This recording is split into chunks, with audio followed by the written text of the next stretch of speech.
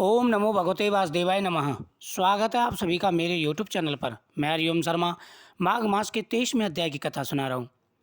श्री वशिष्ठ जी कहने लगे कि हे राजन, मैंने दत्तात्रेय जी द्वारा कहा गया माघ महत्व कहा, अब माघ मास के स्नान का फल सुनो। हे परम तप, माघ मास स्नान सब यज्ञों व्रतों का और तपों का फल देने वाला है। माघ मास स्नान करने वाले स्वयं तो स्वर्ग में जाते ही हैं, किंतु उनके माता पिता दोनों के कुलों को भी स्वर्ग प्राप्त होता है।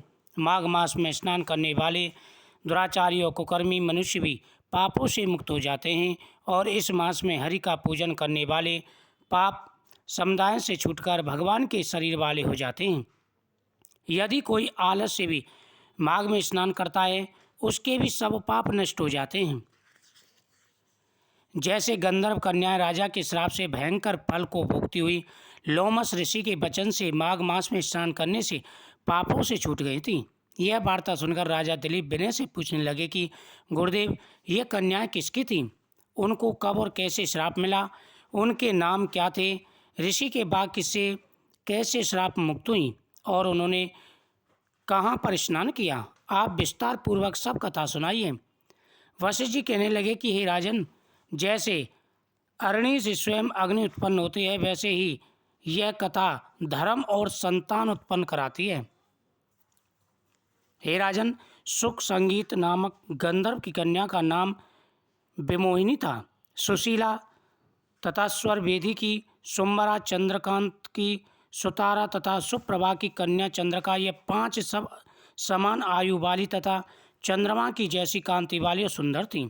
जैसे रात्रि को चंद्रमा शोभायमान होता है, वैसे ही पुष्प की कलियों के समान खिली हुई ये अप्सराएं थीं।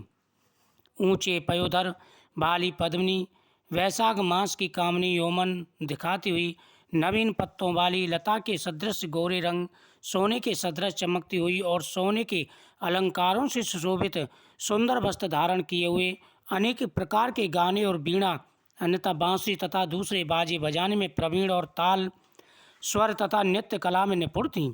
इस प्रकार वे कन्याएं कीड़ा करती हुई कुबेर के स्थान में विचरती थीं।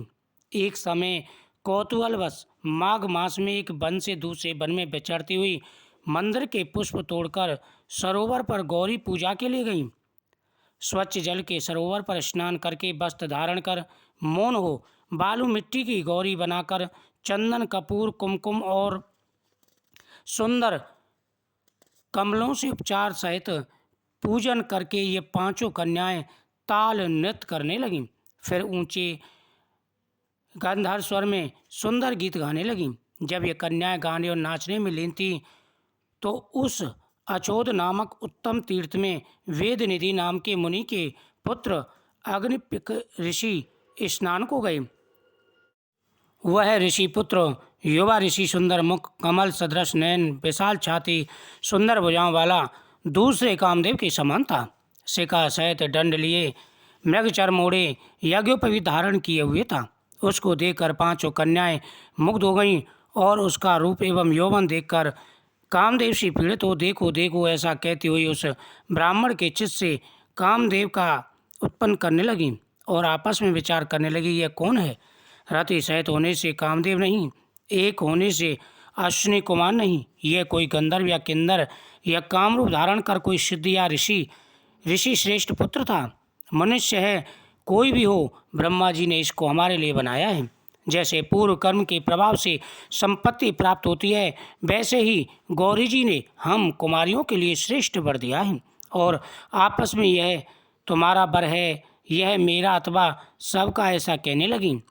जिस समय उस ऋषि पुत्र ने अपनी मध्यम की क्रिया करके ऐसे वचन सुने तो वह सोचने लगे कि ये तो बड़ी समस्या उत्पन्न हो गई। ब्रह्मा विष्णु महेश आदि देवता तथा बड़े योगी स्वर भी स्त्रियों के ब्रह्मजाल में मोहित हो गए हैं। इनके तीक्ष्ण बाणों से किसका मन रूपी हिरण घायल नहीं हो सकता? जब तक नीति और बुद्धि रहती है, तब तक पाप से भय रहता है। जब तक तप की गंभीरता रहती है, यम विधि का पालन होता है, तब तक मनुष्य स्त्रियों के काम रूपी बाणों से विदा नहीं चाहता। ये मुझे उन्मत्त और मुग्ध कर रही हैं। किन गुणों से धर्म की रक्षा हो सकती है? स्त्रियों के मांस, रक्त, मल मूत्र से बनाए घृत और अशुद्ध शरीर में कामी लोग ही सुंदरता की कल्पना करके रमण कर सकते हैं। शुद्ध बुद्धि वाले महात्माओं ने स्त्रियों के पास रहना कष्टकारक कहा गया है, सो जब तक यह पास आवे घर चलना चाहिए। अतः जब तक वह उसके पास आई वह योग बल से अंतर्ध्यान हो गई। ऋषि पुत्र के ऐसे अद्भुत कर्म देखकर वह चकित होकर डरी चारों तरफ देखने लगी और आपस में कहने लगी, यह क्या इंद्रजाल था जो देखते देखते विलीन हो गया?